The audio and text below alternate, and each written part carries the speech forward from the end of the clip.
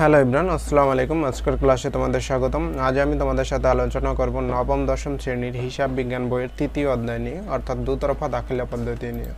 দুতরফা দাখিলা পদ্ধতি হচ্ছে হিসাব রক্ষণের মূলনীতি, যেটি হিসাব বিজ্ঞানের জনক লুকা ফেসিওলি 1494 সালে একটি নীতি দিয়ে গেছেন, যে নীতির উপর ভিত্তি করেই আমরা হিসাব বা লেনদেনের পক্ষ নির্ণয় করে থাকি, যেটির নাম হচ্ছে দুতরফা দাখিলা পদ্ধতি, যেটাকে ইংলিশে আমরা ডাবল এন্ট্রি সিস্টেম এবং বাংলায় দুতরফা দাখিলা পদ্ধতি বলে থাকি। দুতরফা দাখিলা পদ্ধতি একটি নির্ভরযোগ্য, বিজ্ঞানসম্মত ও পূর্ণাঙ্গ পদ্ধতি। দুতরফা দাখিলা পদ্ধতিতে কি করা হয়? দুতরফা দাখিলা পদ্ধতিতে অর্থ বা আর্থিক মূল্যে পরিমাপযোগ্য প্রতিটি লেনদেনকে দ্বৈত সত্তায় প্রকাশ করা হয়। দ্বৈত সত্তা বলতে কি বোঝায়? দ্বৈত সত্তা হলো একটি লেনদেনে দুটো পক্ষ থাকবে এবং দুটি পক্ষ সমান পরিমাণ টাকা দিয়ে একটি পক্ষকে ডেবিট এবং অন্য একটি পক্ষকে ক্রেডিট করার কাজই হচ্ছে মূলত দুতরফা দাখিলা পদ্ধতির কাজ। তো দুতরফা দাখিলা পদ্ধতির বেশ কিছু মূল নীতি বা বৈশিষ্ট্য আছে, তো আমরা একটু জেনে নিই মূল নীতি বা বৈশিষ্ট্যগুলো কি। প্রথমে 1 নম্বর কি আছে? দ্বৈত সত্তা। দ্বৈত সত্তা মানে কি? অর্থাৎ দ্বৈত সত্তা হচ্ছে একটা হিসাবে দুইটা পক্ষ থাকবে, একটা পক্ষ অর্থাৎ ডেবিট হবে, অন্য একটা পক্ষ ক্রেডিট হবে। দ্বিতীয়টা কি আছে? দাতা এবং গ্রহীতা। অর্থাৎ একটা হিসাবে কি থাকবে? একজন দাতা থাকবে এবং একজন গ্রহীতা থাকবে। অর্থাৎ কোনো একটা লেনদেনের ক্ষেত্রে অর্থাৎ কোনো একটা পক্ষ টাকাটা প্রদান করবে আর একটা পক্ষ কি করবে? গ্রহণ করবে। অর্থাৎ যে প্রদান করবে সে হচ্ছে দাতা আর যে গ্রহণ করবে সে হচ্ছে গ্রহীতা। তো আমরা যখন মূল অঙ্কে যাব তখন আরো বিস্তারিতভাবে বুঝাবো। 3 নম্বরে কি আছে? ডেবিট ক্রেডিট নির্ণয় করা। ডেবিট ক্রেডিট নির্ণয় করা কি? দুতরফা দাখিলা পদ্ধতিতে প্রতিটি লেনদেনে দুটি পক্ষ থাকবে, দুটি পক্ষকেই সমপরিমাণ টাকা দ্বারা একটি পক্ষকে ডেবিট এবং অন্য একটি পক্ষকে ক্রেডিট করাই হচ্ছে ডেবিট ক্রেডিট নির্ণয় করা। 4 নম্বরে কি বলছে? সমান অঙ্কের আদান প্রদান। আমরা 3 নম্বর যখন করলাম যে ডেবিট ক্রেডিট নির্ণয় করা, অর্থাৎ আমি একটা পক্ষকে যে পরিমাণ টাকা দিয়ে আমরা ডেবিট করব, অপর পক্ষকে সেই পরিমাণ টাকা দ্বারাই কি ক্রেডিট করতে হবে, এটাই হচ্ছে সমান অঙ্কের আদান প্রদান। 5 নম্বরে কি বলছে? সামগ্রিক ফলাফল। আমরা যখন একটা হিসাবকাল শেষ করি, অর্থাৎ একটা বছর বা একটা নির্দিষ্ট সময় পরে হিসাবটা শেষ করি, ওটার একটা আর্থিক ফলাফল আমরা প্রত্যেকটা অঙ্কে জানতে চাই। এক্ষেত্রেও সেটাই করতে হবে, অর্থাৎ সামগ্রিক ফলাফল আমাদের জানতে হবে। এই সামগ্রিক ফলাফলটা আমরা অবশ্যই সবসময় সমান হবে। কেন সমান হবে? যেহেতু আমার ডেবিট টাকার পরিমাণ ক্রেডিট টাকার পরিমাণ সমান, অর্থাৎ আমার যে পরিমাণ ডেবিট টাকা হবে ক্রেডিটটাও সেই পরিমাণ হবে, সুতরাং সামগ্রিক ফলাফল যেটা হবে সেটা অলওয়েজ সমান হবে। তো আমরা দুতরফা দাখিলা পদ্ধতির একটু বেসিক ধারণা আমরা নিলাম, আশা করি তোমরা সবাই বুঝতে পারতেছো। যদি না বুঝে থাকো তাহলে অবশ্যই তোমরা কমেন্ট করে জানাবে, আমি আবারও চেষ্টা করব রিপিট করার জন্য। এতক্ষণ আমরা যেটা শিখলাম সেটা হচ্ছে দুতরফা দাখিলা পদ্ধতি সম্পর্কে। এখন আমরা যেটা শিখবো সেটা হচ্ছে দুতরফা দাখিলা পদ্ধতির মাধ্যমে কিভাবে আমরা একটি হিসাবে ডেবিট এবং ক্রেডিট নির্ণয় করতে পারি। তো এই জন্য আমার যেটা দরকার হবে সেটা হচ্ছে হিসাব কয় প্রকার সেটা আমার জানতে হবে। আমরা জানি কি হিসাব 5 প্রকার। কি কি? সম্পদ, ব্যয়, আয়, দায় এবং মালিকানার সত্ত্ব। তো এই যে 5টা হিসাব আছে, এই 5টা হিসাবের প্রত্যেকটির কি আলাদা আলাদা একটা বৈশিষ্ট্য আছে। যেমন আমাদের প্রত্যেকটা মানুষের ভিতরে কিন্তু একই বৈশিষ্ট্য নেই, প্রত্যেকটা মানুষের আলাদা আলাদা বৈশিষ্ট্য আছে। এখানে যে 5টা হিসাব আছে, 5টা হিসাবেরও বৈশিষ্ট্য এক এক রকম। তো আমরা জানি কোন হিসাবের কি বৈশিষ্ট্য এবং কোন হিসাবের দ্বারা আমরা কিভাবে ডেবিট ক্রেডিট নির্ণয় করব। ডেবিট এবং ক্রেডিট নির্ণয় আমি কি লিখছি? ডেবিট এবং ক্রেডিট নির্ণয়। প্রথমে কি আছে আমাদের হিসাবের? সম্পদ। তাহলে সম্পদের দেখো, যদি সম্পদ তোমাদের বৃদ্ধি পায়, অর্থাৎ কোনো একটা সম্পদ বৃদ্ধি পায়, তাহলে বৃদ্ধি পেলে সম্পদটা ডেবিট হবে, এবং যদি সম্পদ হ্রাস পায় তখন সেটা কি হবে? ক্রেডিট হবে। আরও বিস্তারিত আমি বুঝাবো যখন আমি মূল অঙ্কে যাব, তখন তোমরা বুঝতে পারবে যে কিভাবে সম্পদ ডেবিট হয় এবং কিভাবে সম্পদ হ্রাস ঘটে। তো 2 নম্বরে কি আছে? দেখো ব্যয়। ব্যয় যদি বৃদ্ধি পায় তাহলে ডেবিট এবং ব্যয় হ্রাস পেলে কি হবে? ক্রেডিট। কিভাবে ব্যয় বৃদ্ধি পায় এবং কিভাবে ব্যয় হ্রাস পায় সেটা আমরা যখন অঙ্ক করবো তখন তোমরা বুঝতে পারবে। অর্থাৎ তোমরা জেনে নাও, যদি ব্যয়টা বৃদ্ধি পায় তাহলে আমরা সেটা কি করব? ডেবিট করব, এবং ব্যয়টা যদি হ্রাস ঘটে তাহলে আমরা সেটা কি করব? ক্রেডিট করব। তারপর 3 নম্বরে কি আছে? আয়। দেখো আয়ের ক্ষেত্রে একটু উল্টা। দেখো আয় যদি হ্রাস পায় তাহলে ডেবিট হবে এবং আয় যদি বৃদ্ধি পায় তাহলে ক্রেডিট হবে। অর্থাৎ আমি কি বললাম? আগের দুইটা দেখো, সম্পদ বৃদ্ধি পেলে ডেবিট হয়েছে এবং ব্যয় বৃদ্ধি পেলেও ডেবিট হয়েছে। এক্ষেত্রে কি হয়েছে? দেখো আয় বৃদ্ধি পেলে কি হয়েছে? ক্রেডিট হয়েছে। আগের দুইটা সম্পদ যেমন বৃদ্ধি পেলে ডেবিট হয়েছে এবং ব্যয় বৃদ্ধি পেলেও ডেবিট হয়েছে। আয় বৃদ্ধি পেলে কি হবে? ক্রেডিট হবে। এবং আয় যদি হ্রাস ঘটে, অর্থাৎ আমার যা আয় আছে সেটা যদি কমে যায় তাহলে সেটা কি হবে? ডেবিট হবে। তারপরে কি আছে? দায়। দায়টা দেখো কি আছে, দায় হ্রাস পেলে ডেবিট এবং দায় বৃদ্ধি পেলে ক্রেডিট। এবার আয় এবং দায় একই জিনিস, অর্থাৎ আয়ও যদি বৃদ্ধি ঘটে তাহলে আমার ক্রেডিট হবে, দায়ও যদি বৃদ্ধি ঘটে তাহলে আমার ক্রেডিট হবে। আর যদি আয় হ্রাস পায় তাহলে ডেবিট হবে, দায়ও হ্রাস পেলে ডেবিট হবে। মালিকানা সত্ত্ব ঠিক সেম, অর্থাৎ দেখো মালিকানা সত্ত্ব কি হ্রাস পেলে ডেবিট হবে এবং বৃদ্ধি পেলে ক্রেডিট হবে। মূলত যে আমরা যে হিসাবে ডেবিট ক্রেডিট নির্ণয় করি আমরা সাধারণত এইভাবেই নির্ণয় করব, অর্থাৎ সম্পদ হলে সম্পদ বৃদ্ধি পেলে ডেবিট হবে, সম্পদ হ্রাস পেলে ক্রেডিট হবে, এবং ব্যয়ের ক্ষেত্রে ব্যয় বৃদ্ধি পেলে ডেবিট, ব্যয় হ্রাস পেলে ক্রেডিট। আয়ের ক্ষেত্রে কী হবে, আয় হ্রাস পেলে ডেবিট, আয় বৃদ্ধি পেলে ক্রেডিট হবে। দায়ের ক্ষেত্রে হ্রাস পেলে ডেবিট হবে এবং দায় বৃদ্ধি পেলে ক্রেডিট হবে। মালিকানা সত্ত্বের ক্ষেত্রে মালিকানা সত্ত্ব হ্রাস পেলে ডেবিট হবে, মালিকানা সত্ত্ব বৃদ্ধি পেলে ক্রেডিট হবে। এতক্ষণ আমি তোমাদেরকে যে ধারণাটা দিলাম সেটা হচ্ছে ডেবিট ক্রেডিট নির্ণয়ের একটি সংক্ষিপ্ত ধারণা। তো আমি একটা তোমাদের অঙ্কের মাধ্যমে অর্থাৎ উদাহরণের মাধ্যমে তোমাদের একটু বোঝানোর চেষ্টা করতেছি, আশা করি তোমরা বুঝতে পারবে। তো আমরা এখানে একটা উদাহরণ লিখে রাখছি। জনাব রাজু সাহেব 1 লক্ষ টাকা নিয়ে ব্যবসা শুরু করলেন। 2 নম্বরে কি লিখছি আমি, অফিসের জন্য একটি আসবাবপত্র ক্রয় 10,000 টাকা। 3 নম্বরে কি বলছে, কর্মচারীর বেতন প্রদান 10,000 টাকা। 4 নম্বরে কি বলছে, ব্যাংকে জমা 25,000 টাকা। 5 নম্বরে কি বলছে, পণ্য ক্রয় 15,000 টাকা। 6 নম্বরে কি বলছে, পণ্য বিক্রয় 20,000 টাকা। এই যে আমি 6টা এন্ট্রি লিখছি, এই 6টা এন্ট্রি আমি কি করব, এখন তোমাদেরকে ডেবিট এবং ক্রেডিট নির্ণয় করে দেখাবো। এবং এই যে আমরা যে 5টা হিসাব, সম্পদ, ব্যয়, আয়, দায় এবং মালিকানা সত্ত্ব, এটা কিভাবে কি ঘটলো আমি সেটা তোমাদেরকে বোঝানোর চেষ্টা করব। তো আমরা প্রথমে 1 নম্বরটা যাই। 1 নম্বরে কি বলছে, জনাব রাজু সাহেব 1 লক্ষ টাকা নিয়ে ব্যবসা শুরু করলেন। তো 1 লক্ষ টাকা নিয়ে ব্যবসা শুরু করলেন, একটু নিজে কোশ্চেন করো। আমি ব্যবসা শুরু করলাম, কি দিয়ে শুরু করলাম, টাকা দিয়ে, অর্থাৎ 1 লক্ষ টাকা কি আমার জন্য নগদ টাকা। তো 1 লক্ষ টাকা দিয়ে যদি তুমি ব্যবসা শুরু করো তাহলে তোমার ব্যবসায় কি হলো, তুমি সবসময় চিন্তা করবা তোমার ব্যবসায় কি ঘটলো, অর্থাৎ টাকাটা আসলো না গেল, তোমার আয় হলো না ব্যয় হলো, তুমি দায় আছো না তুমি সম্পদের মালিক হয়েছো। ঠিক আছে, তো তুমি সবসময় ব্যবসাকে ঘিরে চিন্তা করবে।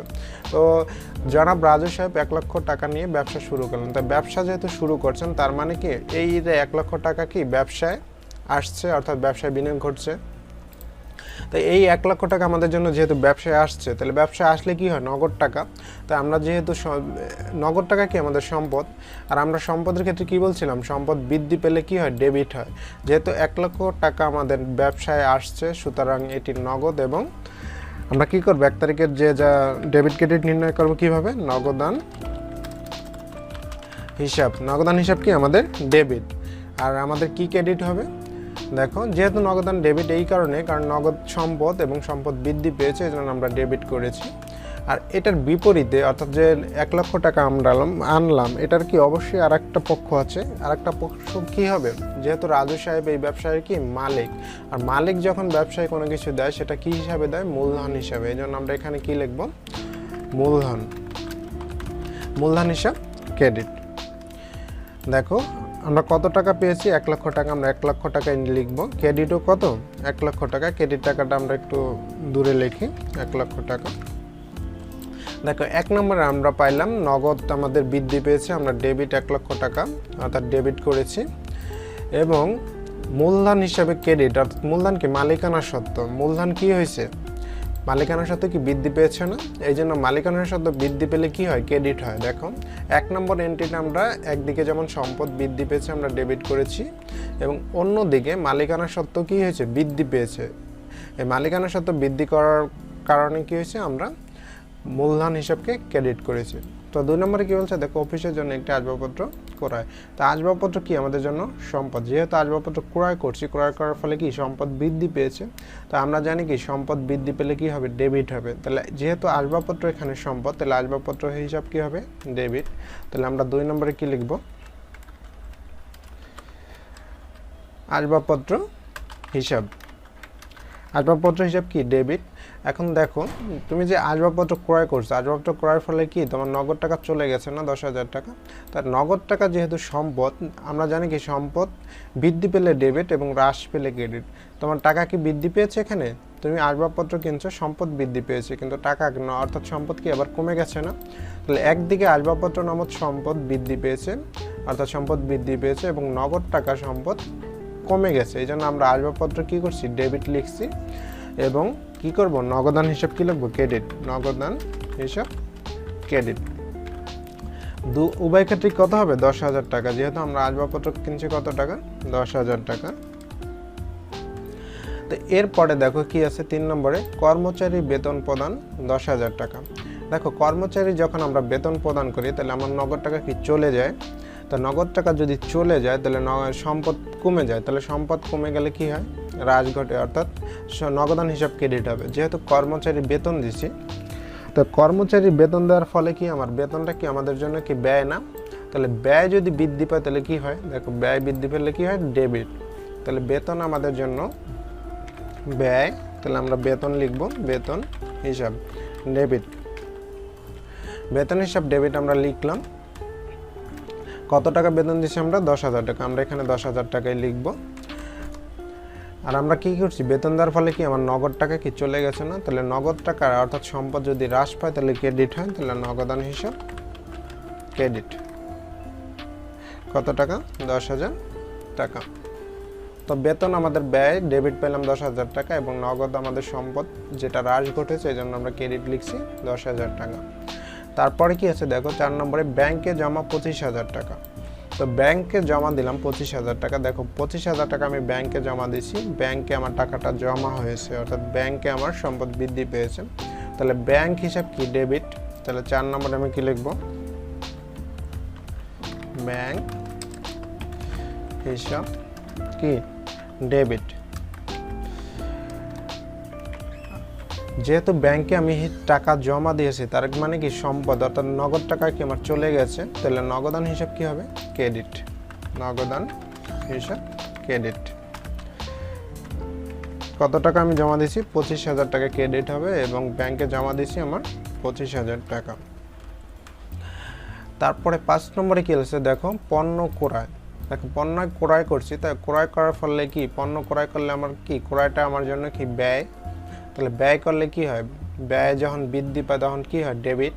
তাহলে এই জন্য ক্রয় হিসাব কি লিখব, 5 নম্বরে ক্রয় হিসাব ডেবিট। এবং আমি যেহেতু ক্রয় করছি, ক্রয় করার ফলে কি হয়েছে, আমি নগদ টাকা থেকে প্রদান করছি, অর্থাৎ নগদ টাকা আমার চলে গেছে, অর্থাৎ সম্পদ হ্রাস ঘটছে, তাহলে সম্পদ হ্রাস ঘটলে কি হয়, ক্রেডিট হয়। তাহলে এখানে লিখব নগদান হিসাব ক্রেডিট। কত টাকা পণ্য ক্রয় করছি আমি, 15,000 টাকা, তাহলে আমি এখানে লিখব 15,000 টাকা। এবং ক্রয় হিসাব ডেবিট কত ছিল, অবশ্যই 15,000 টাকা, যেহেতু আমরা জানি হিসাবের একটি হিসাবে দুইটা পক্ষ থাকে এবং দুইটা পক্ষেরই কি ডেবিট এবং ক্রেডিট সমান থাকে। তারপর 6 নম্বরে কি বলছে, পণ্য বিক্রয় 20,000 টাকা। দেখো 5 নম্বরে ছিল পণ্য ক্রয় করছো, তোমার ব্যয় হয়েছে, যেহেতু পণ্য বিক্রয় করছি তাহলে অবশ্যই আমার আয় হবে, যেহেতু ক্রয়ের বিপরীত কি, বিক্রয়, তাহলে বিক্রয় করলে কি হয়, আমার আয় হয়। তাহলে বিক্রয় যেহেতু আয়, তাহলে আয় হলে কি হয় আমরা একটু দেখে নিই, আয় যদি হ্রাস পায় তাহলে ডেবিট, আর আয় যদি বৃদ্ধি পায় তাহলে ক্রেডিট। তাহলে যেহেতু বিক্রয় করলে আমাদের আয়, তাই বিক্রয় করার ফলে কি নগদ টাকা আসছে, অর্থাৎ বৃদ্ধি পেয়েছে, তা বৃদ্ধি পেলে কি হবে, বিক্রয়টা ক্রেডিট হবে। তাহলে আমরা বিক্রয়টা লিখবো এখানে। 6 নম্বরে কি লিখব, 6 নম্বরে কি লিখব, নগদান হিসাব ডেবিট, আর বিক্রয় হিসাব ক্রেডিট। নগদান হিসাব কেন ডেবিট, দেখো আমি বিক্রয় করছি, বিক্রয় করার ফলে কি নগদ টাকা আমার আসছে না, অর্থাৎ লাভ হয়েছে, নগদ টাকা আমার বৃদ্ধি পেয়েছে, আর নগদ টাকা যেহেতু সম্পদ, সম্পদ বৃদ্ধি পেলে আমরা কি করি, ডেবিট লিখি। তাহলে এই জন্য আমরা নগদান হিসাব ডেবিট লিখছি। নগদান হিসাব ডেবিট কত টাকা হবে, আমরা 20,000 টাকার পণ্য বিক্রয় করে 20,000 টাকা নগদ পেয়েছি। আর কি করছি, আমরা বিক্রয় করছি, বিক্রয় কি একটা আয় খাত, এবং এটা কি হবে, ক্রেডিট হবে, যেহেতু বিক্রয় আয় খাত এবং আমাদের কি হয়েছে, বৃদ্ধি পেয়েছে, আয়টা কি হয়েছে, বৃদ্ধি পেয়েছে না, এই জন্য আমরা এখানে বিক্রয় হিসাবটা ক্রেডিট লিখেছি। আশা করি তোমরা এই পর্যন্ত বুঝতে পেরেছো। আর তারপরে যদি তোমরা বুঝে না থাকো তাহলে কমেন্ট বক্সে জানাও, আমি চেষ্টা করব তোমাদেরকে সুন্দরভাবে আরও বোঝানোর জন্য। আর এছাড়া আমরা যখন মূল অঙ্কে যাব, অর্থাৎ সৃজনশীল অঙ্ক করব, আশা করি তোমরা প্রত্যেকটা অঙ্ক যদি দেখো এবং বাসায় প্র্যাকটিস করো, আশা করি তোমাদের এই অধ্যায় বা এই চ্যাপ্টার নিয়ে তোমাদের আর কোনো সমস্যা থাকবে না। আজকের ক্লাস এই পর্যন্তই, সবাই ভালো থাকো, আল্লাহ হাফেজ।